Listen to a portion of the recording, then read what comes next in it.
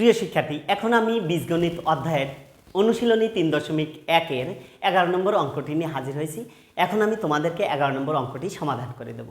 দেখো, 11 নম্বর অঙ্কে বলেছে যে a + b + c = 6 এবং a² + b² + c² = 14 হলে a - b² + b - c² + c - a² এর মান কত, অর্থাৎ কত বলেছে আমাদের মানটা বের করতে হবে।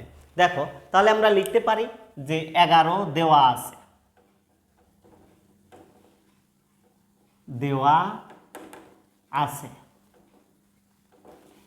তাহলে এখানে আমাদের 11তে দেওয়া আছে কি a + b + c = 6 এবং a² + b² + c² = 14। এই দুটো মান কিন্তু দেওয়া আছে। এখন আমাদের মান বের করতে হবে কিসের? a - b²। তাহলে যেহেতু মান নির্ণয় আমরা এখন দিয়ে শুরু করলাম, a - b² + b - c² + c - a²।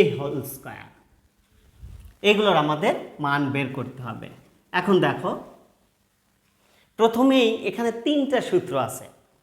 প্রথমে আছে a - b², তারপর হবে b - c², তারপর c - a²।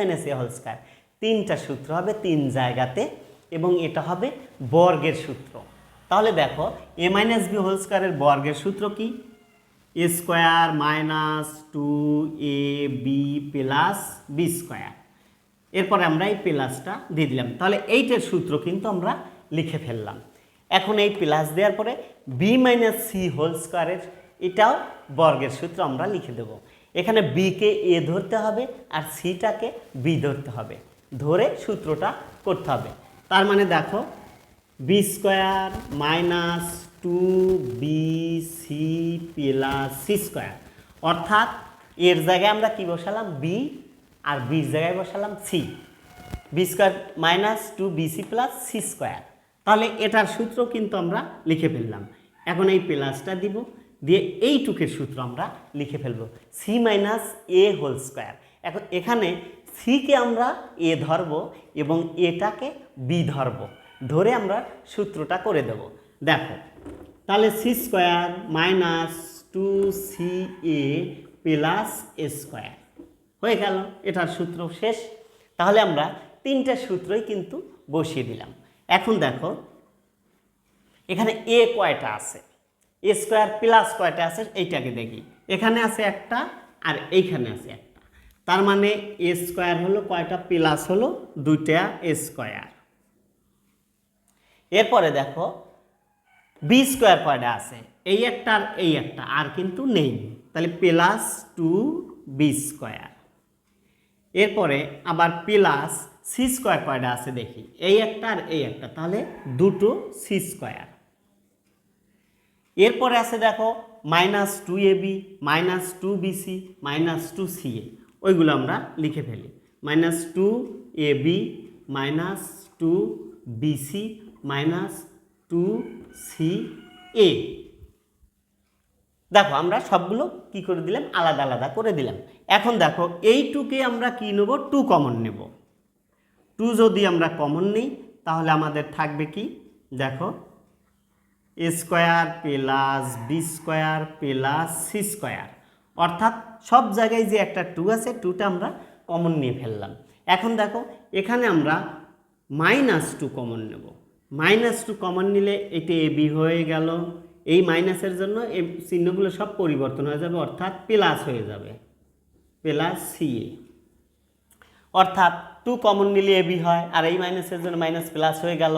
এখানে 2 কমন চলে গেল, bc হলো।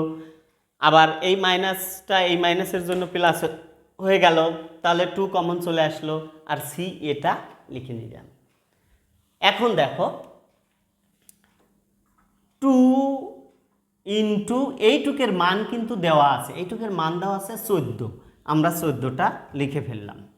এখন দেখো, এইটুকের কিন্তু মান নেই, যেহেতু ওখানে ওইটুকের মান নেই, তাহলে ওইটুকের সূত্র আমরা লিখে ফেলি।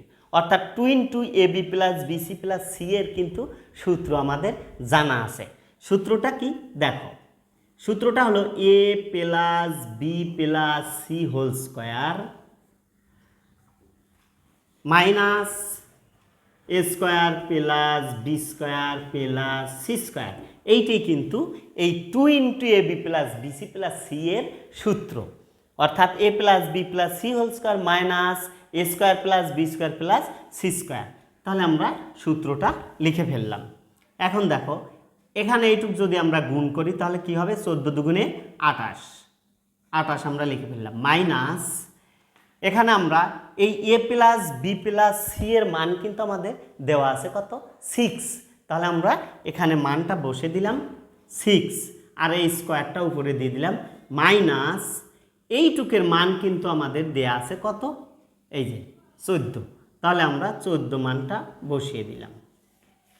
এখন দেখো তাহলে এখানে আমরা 28 বসালাম যা আছে তাই মাইনাস এখানে কিন্তু আমাকে কি করতে হবে 636 মাইনাস এখানে হলো 14, অর্থাৎ দুটো 6 গুণ করতে হবে, তাহলে 636।